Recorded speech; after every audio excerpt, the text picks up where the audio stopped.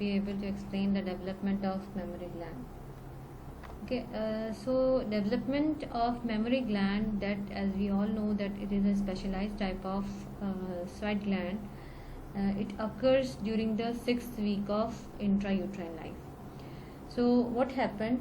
The mammary birds develop, and these development of the mammary birds occur by the inductive signal or the formation of the mammary crest that begins from the axillary up to the groin region. So first the inductive signal causes the identification of the area within the developing embryo. It extends from the axillary line up to the inguinal canal, and that it is called as a mammary crest. Okay, so the mammary gland is ectodermal in origin, and it occurs by the inductive signal converted this specialized skin area into a crest-like appearance, and that is called the mammary crest. So the parenchyma of the mammary gland developed from the ectoderm, and the stroma or the connective tissue element developed from the underlying mesenchyme. Okay, so the parenchyma derives embryologically from the surface ectoderm, and the stroma arises from the surrounding mesenchymal tissue. Mammary birds begin to develop during the 6th week as a solid growth of epidermis into the underlying mesenchyme.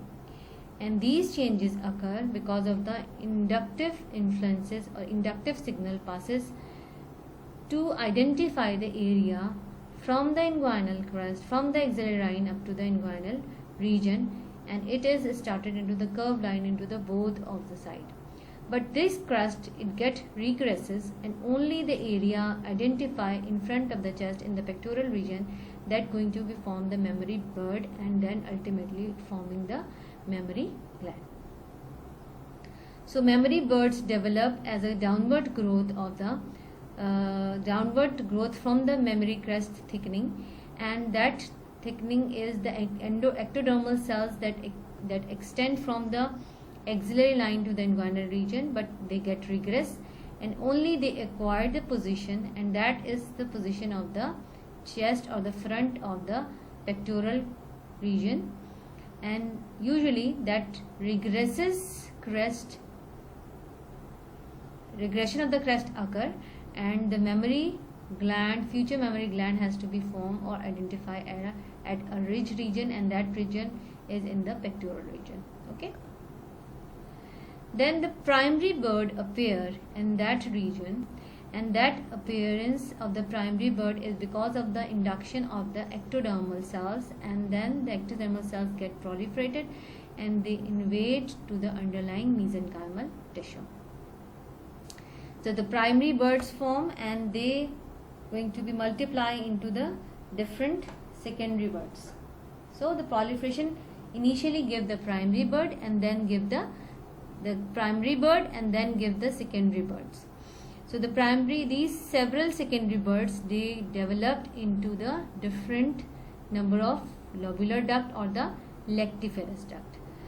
Initially they are the solid cord-like structure, only the epithelial cells are present, no space are formed. But in the later on, by the induction of the placental sex hormones, the canalization of these duct occurring. Okay, so the canalization occur under the influence of the placental sex hormone. So the developing gland identified 15 to 19 number of the lactiferous duct when they are initially formed from the secondary mammary birds. Under that mesenchymal cells, they get attached with these provide the septation between these lactiferous duct, and they forming the connective tissue element and the fat tissue element surrounding these lactiferous duct. Okay, another picture that shows the epidermal cells proliferation under the influence of the inductive signaling molecule. The epidermal cells that get proliferated and form a primary bird. That primary bird then going to be divided into the multiple secondary bird, and each secondary bird then canalized to form a lactiferous duct, and they get at the time of developmental completion during the uterine life, they get open up into the exterior to forming the mammary pet and the mammary opening. Okay, another picture that shows the developing embryo and the appearance of the thick, rich, crust-like appearance, and they get regress. Only the area where they are future breast are formed, they get remains in the pectoral region. What occurs that the cell get proliferated and they proliferated into the underlying mesenchymal tissue. So the stroma derived from the mesenchyme and the parenchyma or the glandular structure developed from the ectoderm. So they divide into the primary and then secondary mammary bud, and then the canalization occur. And when the completion of the intrauterine breast development occur, this canalization get open up into the exterior around the mammary pit. Okay, initially the pit is just in closed opening, but afterwards depression get appear in the pit and they open up, the duct open up into the exterior, and that is the part of the nipple. Okay, so during the late fetal period, the epidermis at the site of the origin of the mammary gland, it shows initially a depression that is called the mammary pit.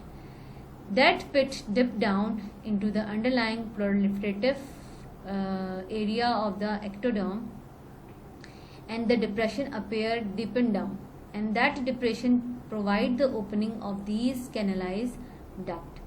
Soon after the birth, initially when the baby is born, this pit is in the depressed form, but when the baby is born, the cell surrounding these, the connective tissue cell surrounding these this opening, they get proliferated and a circular small projected area are formed in the form of a nipple surrounded by the connective tissue area that is called the areola.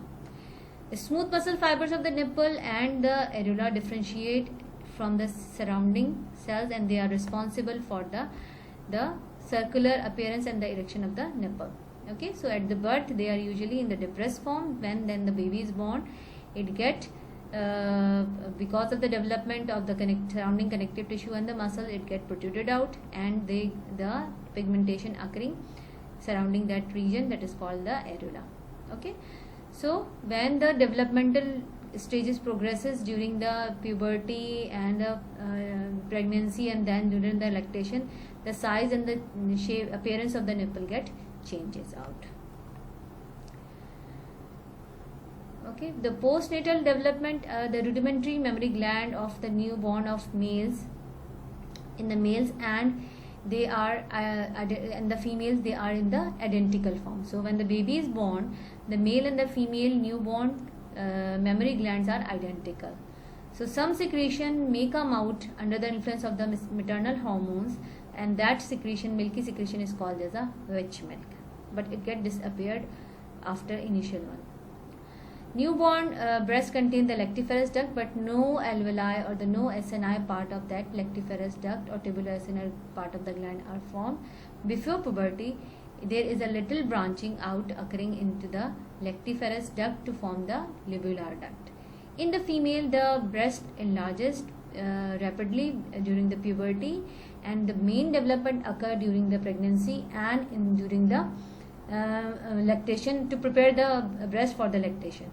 So the main developmental hyperplasia and hypertrophy of the breast occurring, parenchyma occurring during the pregnancy stage. The full development of the female breast occurring to 19 to 20 years of age. Lactiferous duct of the male get rudimentary throughout the life. There are certain congenital defect or anomaly associated with the development of the brain, the development of the breast. So the development of the breast. These are the absence of the nipple, they called as the athelia. Absence of the breast may be called as the amastia, and these occurring due to the gonadal agenesis. They are occurring due to the imbalance, due to the absence of the hormones that causes the inductive signal for the formation of the mammary gland or the mammary bud. So the mammary crest may be absent, mammary bud may be absent. That's why there may be the agenesis of the nipple or the breast occur. Maybe the number of breast tissue or the nipple may be more than one on the single side. So it is termed to be as a polymestia, supranumerary breast, or the polymethia, or the more than one number of the nipple. And it occur usually because of the regression of the failure of the regression of the mammary crest, and that's why the number of the crest line started from the inguinal to the from the axilla to the inguinal region. So this breast tissue or the nipple may be found in that region, and it is usually occur in the female who have inherited history. Another example, another condition associated with the nipple is the inverted nipple. And at the time of the birth, usually the nipple is in the inverted form. But when the surrounding tissue get developed, the breast, the nipple get everted or the protruded out. So the failure of the nipple to elevate out, resulting into the failure of the breastfeeding of that mothers to their child. Gynecomastia is the excessive enlargement usually occurring in the male, and it is occurring because in the male the breast tissue get rudimentary, but in the male, if due to the imbalance between the hormones, and usually occurring under the influence of certain condition, and like in the Klinefelter syndrome, or in some malignancies like liver carcinoma, there are hormonal imbalances, and it result into the hyperplasia or hyperplasia of the breast tissue, and it resulting into the enlargement of the breast tissue, appearance of a female like breast in the